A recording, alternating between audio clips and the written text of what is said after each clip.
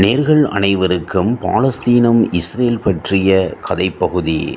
பாலஸ்தீன அரசை அங்கீகரிக்க துணிச்சலை காட்டிய நாடுகள் பாராட்டு. இப்போதிருந்து போர் நிறுத்த பிரகடனம். காசாவுக்குள் மனிதாபிமான உதவிகள் தடையின்றி நுழைவதை உறுதி செய்வதற்காக இஸ்ரேல் தனது படைகளை காசாவிலிருந்து திரும்பப் பெற வேண்டும்.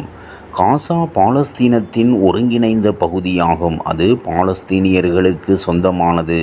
பாலஸ்தீனியர்கள் தங்கள் நிலங்களை எவ்வாறு நிர்வகிப்பது என்பதை அவர்களே முடிவு செய்வார்கள். பாலஸ்தீனம் ஐக்கிய நாடுகள் சபையில் முழு உறுப்பினராக வேண்டிய நேரம் இது.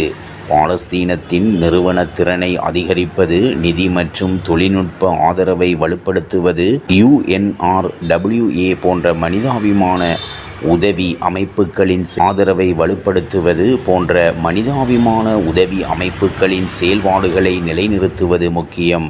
கிழக்கு ஜெருசலமை தலைநகராக கொண்ட பாலஸ்தீன அரசு புவியியல் ஒருமைப்பாட்டுடன் நிறுவப்படும் வரை துருக்கியாகிய நாம் தொடர்ந்து போராட்டத்தை தொடர்வோம்.